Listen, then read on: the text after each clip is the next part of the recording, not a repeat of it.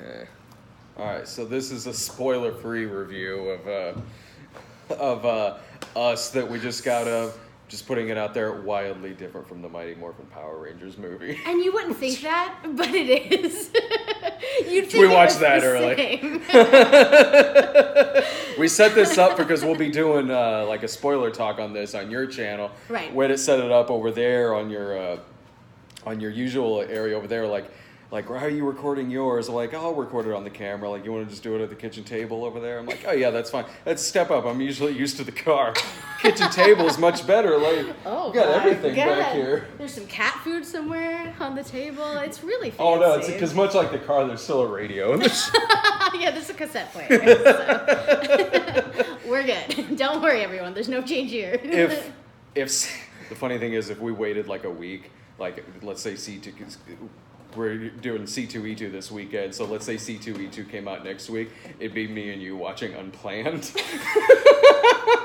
I'm so glad it's this week versus next. I don't know. Unplanned might be really scary. You're right, though. The horror of 2019. That have worked out. I can't find anyone in Springfield to go see it with me. I would have, but begrudgingly. I would have been like, well, fine, that's how you Brad. go see all of this movie. True. Okay, that's fair. That's fair. We're both excited for this movie. Oh my god. Yeah. And Laura's over there. She was glad. Like, we pushed it over to 7:45. So. Yeah, I'm so glad. It was cool to see it. We saw it in RPX. Is that what it's called? So what is that? Like which is RPX? like supposedly better than normal. Yeah. It's like a little bigger, and supposedly the sound is better, is what I've heard. But I don't know. The sound was very good. The seats were comfortable. I was also a little tipsy. Same. Because I will say same here. we were originally going to go to the 7 o'clock. We pushed it to 7:45 because you got to town, and we just hung out at the bar across the street, and I had an empty stomach and had a couple of old fashions. That's the thing. It was the empty stomach. It was the empty stomach with these strong old fashions that they made. So it was actually really good. I haven't drank since January 27th. Yeah. And I had 2 whiskeys tonight, so I was like, okay, well, this is going to be a blast. I feel amazing. Especially during the trailers, because we're still like just a tiny bit tipsy. The trailers were on, and we got the trailer from Ma. I had not seen that trailer yet. That trailer looks amazing. I'm so excited for that trailer. I can't wait. That movie looks like it's going to be the greatest movie ever made. I'm so stoked. It's Octavia Spencer stalking these kids who were drinking in her basement. Like, if anyone's going to stalk you, that's who you want to do it. That trailer started. She and I had gotten it before, so the trailer started. We're like, yes. I leaned over. You're like, what's this? I lean over. I'm like, brace yourself for what you're about to see. It was so amazing. She's so compelling in everything, but you just believe that she's a crazy ass woman in this. Oh yeah, it looks amazing. I'm so excited. It does. I'm so glad we got the trailer for that in front of this movie because I really enjoyed Get Out a lot. I loved Get Out. Yeah. And just the trailers for this movie alone were just intense as hell anyway as a 2.5 minute trailer. My favorite trailers to watch are trailers before a horror movie. Yeah. And these were like a mix of horror and fun, which is that's all I want in all of my entertainment. Yeah, because we also got the Shaft trailer. Okay, dumb question. Is Shaft a movie before this? Oh yeah. Okay.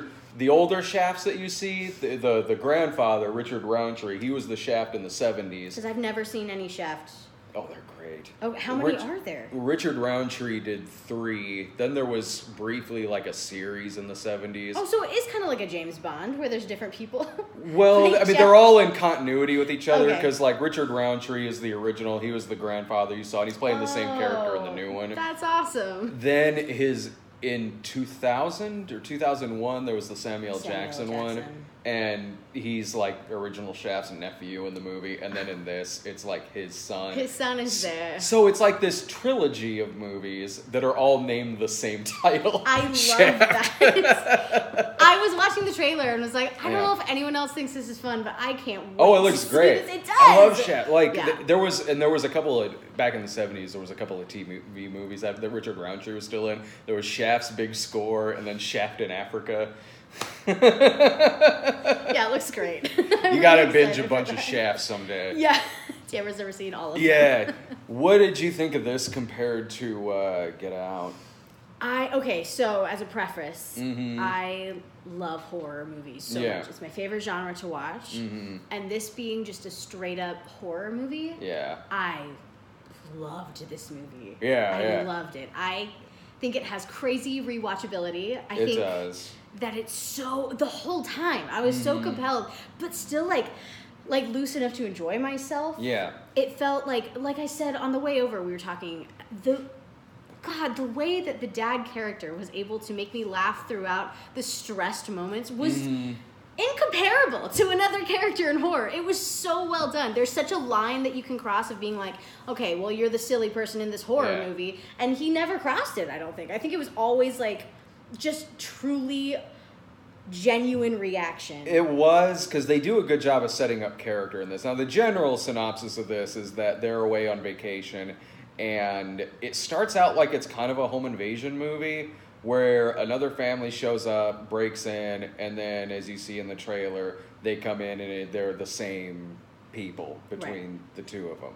And that's the most I'll tell you about the plot. The dad in this, who was in, he was in Black Panther, I forget his name, but it sets it up that he's kind of a sitcom dad. Yeah. That happens to be in a horror film. Yeah. Like, he's doing bumbling stuff that you would see in like a half-hour comedy. But he still kicks butt. And he does. He makes the choices that aren't like, well, that was a stupid horror movie choice. Oh, he makes great choices. He does, and when he says a joke or something like that, it's already kind of set it up that he's sort of awkward.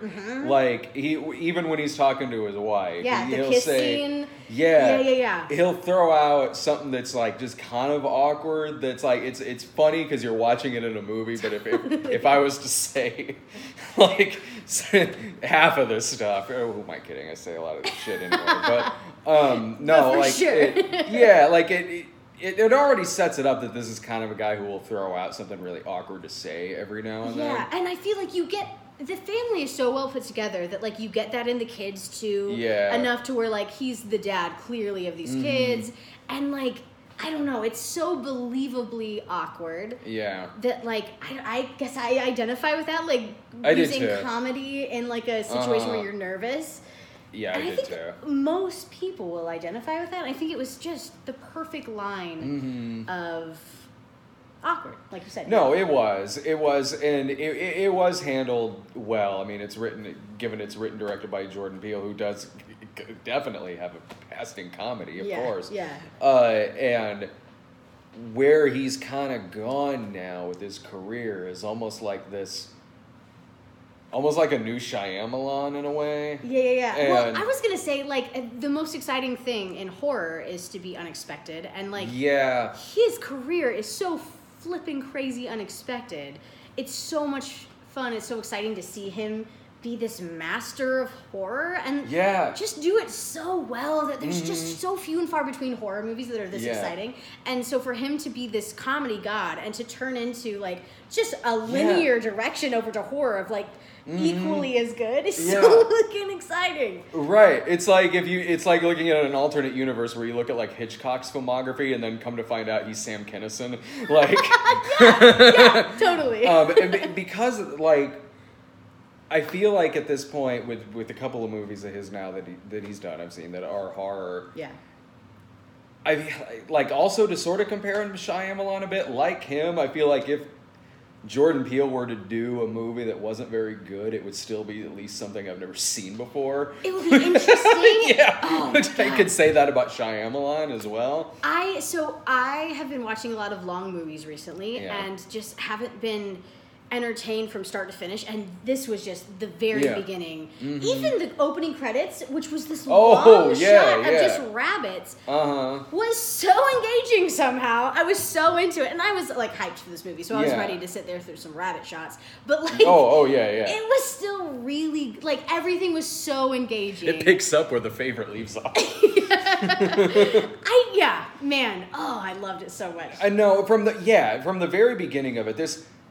I really enjoyed the hell out of Get Out. Like, I really dug the hell out of that movie. This one I might have even enjoyed a little more, only because both are excellent films. They're different, two of the This with Get Out, I was like, I've seen movies like it before, like The Stepford Wives, or to a lesser extent, Disturbing Behavior from the 90s. You ever see that movie? Never. Oh, it's like that, only they're doing it with like troubled teenagers in school. Hell yeah.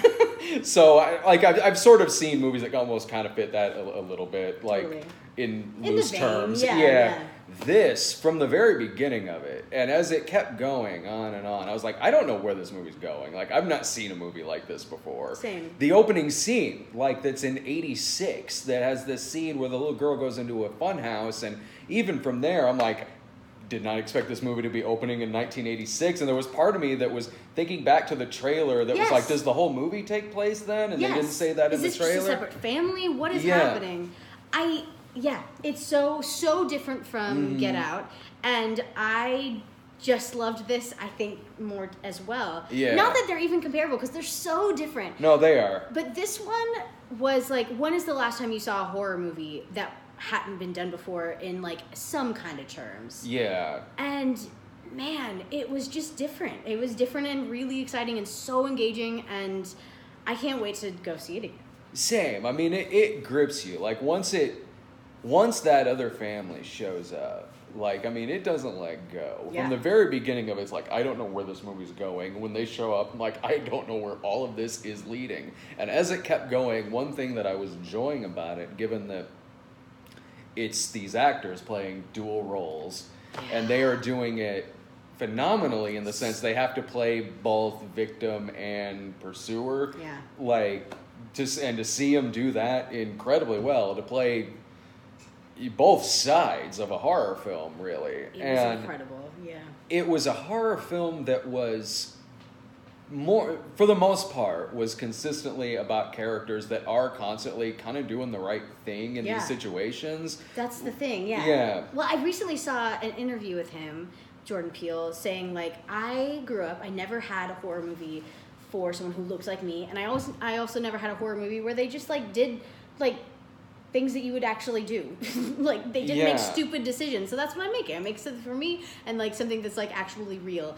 And while watching it, I thought back to that interview so many times, because it was, like, clearly, oh, yeah, well, you hit the person. You should have hit that person and not just, like, ran into a dark room with stairs, you know? Oh, yeah. Like, you made correct decisions. They do. They keep hitting these people, yeah. and it works. It's like a level playing field, it feels like. That's another thing I liked about it, too, is that, like, it is this family of people that are constantly making the right decisions. And even when it's one that, like, at first you're like, I don't know if I'd do that, it actually kind of comes back later and you understand the reasons why they did some certain things. Yeah. But also the people that, because they are making really correct decisions throughout this, they're really fighting against themselves that kind of know what they're going to be doing. So you are playing against someone who kind of knows what you're going to do in this situation. Yeah. Totally, which is terrifying. Yeah. No, exactly. And it was consistently entertaining. Yeah. Okay, so what, if you had to choose something, did you not like something about it? Geez. I had a little bit longer to think about it, maybe. For sure. Like, I know, I'm just like on the hype train right now. Yeah, I'm like, yeah. I loved it all. It was all incredible. My name's Tamara Chambers and everything is roses. I was sucked up in it, you know, Yeah, like me too. I was. I mean, maybe if you gave me a day or two, I might be able to, like, maybe think of something. I don't know. But, like, I was so impressed by what these characters were doing, the tone throughout the movie, the music cues that the movie had, the musical score to the other things they're throwing in there, like, they've good vibrations in this movie and stuff like that. Like, and seeing certain actors play roles that I'm not sort of used to seeing them play in a movie, whether it's the actors who are the family or the neighbor who's Tim Heidecker and Elizabeth Moss. Elizabeth Moss, for sure. And Tim Heidecker, who at one point in the movie, I was watching it going like, You know, he would actually make a really good Dahmer in a movie. Totally. Absolutely. He was creepy as hell. Yeah. And until that moment was not at all creepy. It was just perfectly cast. Yeah. Man, the acting was just what a dream as an actor to be able to be cast in a role and then also be cast in another role in the same movie. Yeah. And that are so opposite of each other. Such a dream. Like, who doesn't want to do that as an actor? And then for them to all do it, every single one of them were so strong. Yeah. It's like, if you're an actor too, it adds this other element of excitedness watching the movie. Yeah, and it helps too in a movie like this with a person who has written, produced, and directed the movie, who's already shown that they can do all of those things, but also is an experienced actor as well, so can work with actors, is good at directing actors, and is good at getting out whether the emotion is fear, sadness, or humor. Yeah. He can balance all of those things, because he's done Key and Peele, of course, and Keanu, and of course Get Out. He's found a great way to balance a lot of different tones in movies, a lot of different emotions that the actors have. Yeah. I even think, in the dad character, I keep saying the dad character, I don't know his name, but in his character, I got a lot of Jordan Peele. I got a lot, mirrored that, and which was something that was welcomed. I loved that. Yeah. It was a good tone for it. And, again, terrible with names. Lupita Nyong'o? Yes, thank you. Hey, honey, fact check this for me. She was incredible. Yeah. If she doesn't get nominated for this, her dual roles were breathtaking. I've never been so scared by someone's voice. Oh, right? Yeah. Never been so scared by someone's voice. When that came out, and when you find her and meet her as the other person. Yeah. I respect this kind of performance so much, because like we were saying earlier, where they have to play the actor has to play both sides of it. The person who's being pursued and then the pursuer in the situation. It's one of the things there are many things I respect about this movie and love about this movie, but Face Off, in Face Off, where you have actors who have to play both sides of a certain kind of type throughout it. I respect that a lot when actors can do that and pull it off. I think so too, yeah. I mean, tonally, this is a way different movie than Face Off. What? No. Both are fantastic, but all right. We'll find that out in the spoiler review. It's just a spoiler review of Face Off. Face Off, yeah. In case you haven't seen Face Off yet, we're putting the spoilers in the other section. God, the acting was amazing. Laura was saying this a lot. The score was incredible. I love in the trailer you get the song. I've got 5 on it, and it comes back in some creepier moments that are just, it's so well used. Yeah. It's really cool. It's really good. We were saying, were there any cheap, blatant jump scares in this? No. There was, anytime something like that would happen in the movie, it made sense for the scene. It was someone that would maybe pop out in that situation, and even then, it wasn't like a fake out or any kind of cheap scare.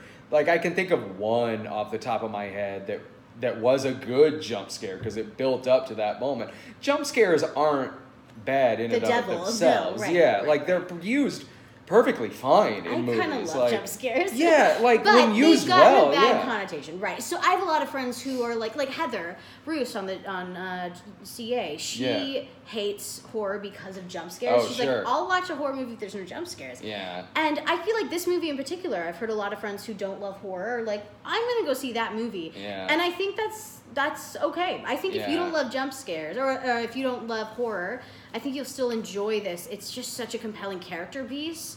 And then it also can be scary, but it's doable, I think, for a lot of people. But in that, it's still pretty scary. So. Yeah, certainly. It's not one of those movies that's designed for 13-year-olds to go to on a Friday night. No. Because it's PG-13 and there's a bunch of, and it's like a haunted house and they're throwing, this movie literally has a haunted house in it.